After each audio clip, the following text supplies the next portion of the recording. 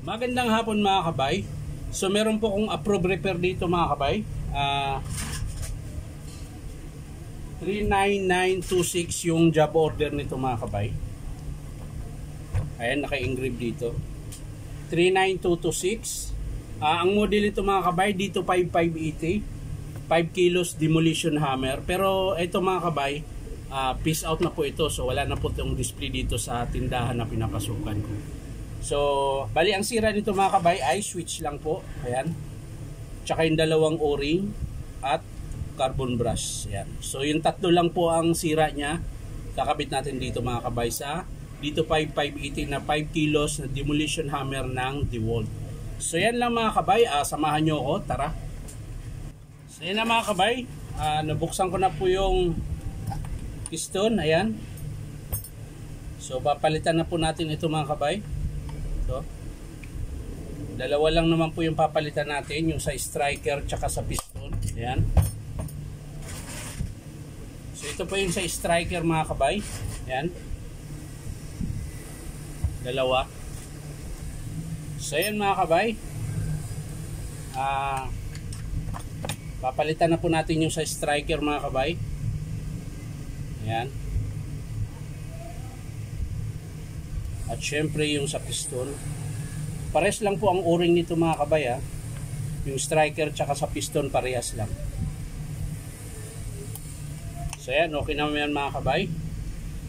So ibabalik po natin yan. Pero bago yan mga kabay, lalagyan muna natin ito ng grasa yung dulo. Tapos mamaya lalagyan din natin ng langis para hindi siya gaano malapot. So yan mga kabay, lalagyan ko po siya ng grasa. Ayan. Bago natin ipasok yung striker. Ayan. So pag ganyan din po yan mga kabay ha. Yung parang may nakausling maliit, yun po yung tatama sa bala. Ito naman yung plain lang, yun yung tatama sa piston. Ayan. So ang kabit niyan mga kabay pag ganyan. Ayan. Tapos lagyan ulit natin ng grasa. Yan.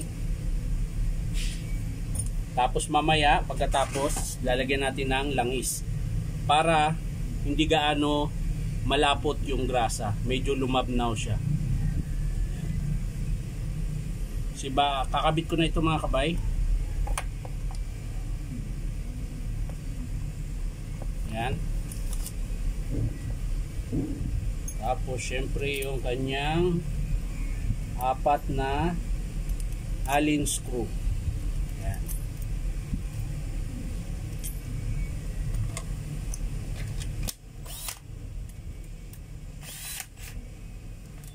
Upya.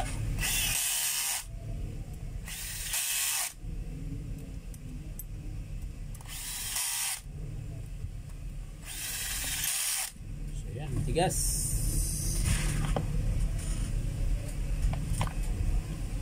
Matigas. Taasan natin.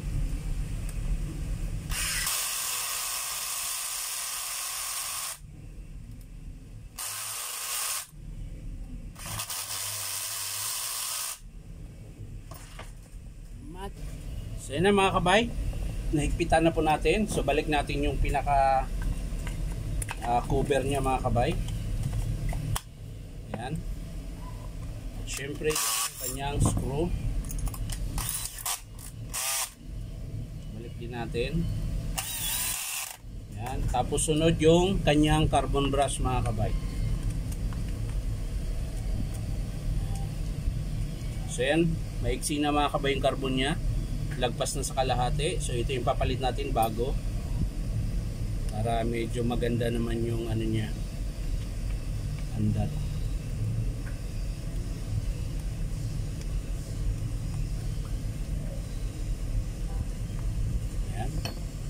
Lagay din natin yung takip mga kabay. Ayan. Tapos syempre sasara natin mga kabay. Sa kabila rin. Ito yung bago mga kabay. Ayan.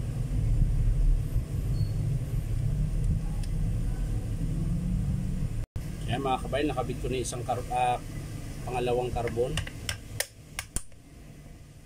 So ang sunod ay yung kanyang ito. Ang haba nito.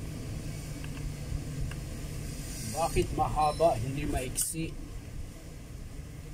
Tama pala yan. So ayan mga kabay, nakabit na natin. So ang susunod na ay yung kanyang switch mga kabay. Yan. So ito na. Ito na yung kasunod na ikabit natin. So yan mga kabay, sa pagkabit nito mga kabay, sundan nyo lang po yan. Ayan. Napakasimple lang po yan mga kabay. Ito yung supply ng kuryente. Ito naman yung papuntang field coil armature mga kabay. Ayan. So hindi ka na mahirapan magkabit. Ayan. So kakalasin mo lang to. Naka-allen screw din yan mga kabay. Ayan. Sobrang liit. Ayan. Naka-allen screw po yan. Hindi ko lang alam kung anong size ito dahil burado na po. Ayan. Tapos yan, ganyan lang mga kabay. Pag kinabit mo, parang ano lang. Parang wala lang. So yan mga kabay, nilapit ko para kitang-kita nyo po. Ayan, tapos ikitan lang po natin yung dalawang allen screw. Ayan. Para po yan dun sa supply ng kuryente mga kabay. Ayan. Tapos yung dito mga kabay, ayan, para hindi na kayo mahirapan, syempre, tatanggalin nyo na ito. Okay pa naman yung wire na to eh. Para hindi na kayo mahirapan magkalas-kalas dito sa sa kanyang kapasitor. Ayan. So ito lang ang hugutin mo nyo mga kabay. Ayan. Kung matigas mga kabay, gamit lang kayo ng long nose. Ayan, ito malambot lang. So yan lang mga kabay. Ayan na. Nakabit ko na siya mga kabay. Ayan. So ayan na, tapos na. So yan lang po yung pagkakabit ng switch mga kabay. Ayan. So urong natin ulit. At ating ikabit ang kanyang switch mga kabay.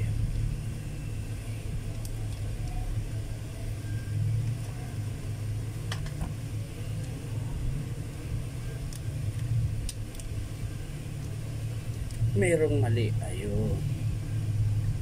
Kasi yung wire mga kabay pilipit. So balik ta rin natin. Ayan. Dapat hindi siya pilipit.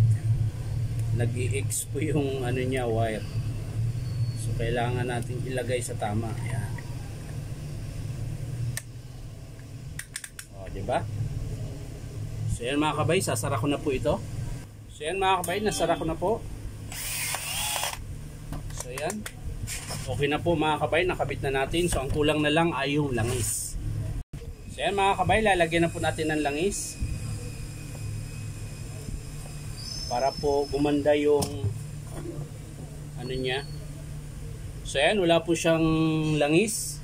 Wala din pong grasa. So ang may grasa niyan mga kabay, yung sa may spindle niya. So lalagyan din natin ng kaunting grasa mga kabay.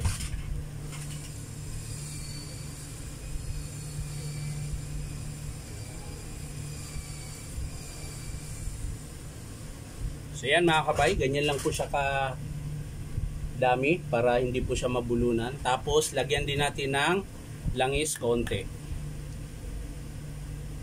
Yan. Para lumambot po yung grasa mga kabay. Hindi siya ganun kalagkit. Yan. So isasara na natin mga kabay.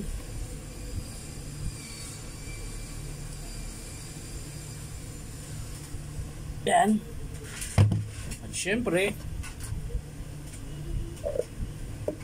testing na natin mga kabay. So ito yung bala niya mga kabay. Yan. Yan. Sasaksak natin. Testing natin saka bakal. Ayan.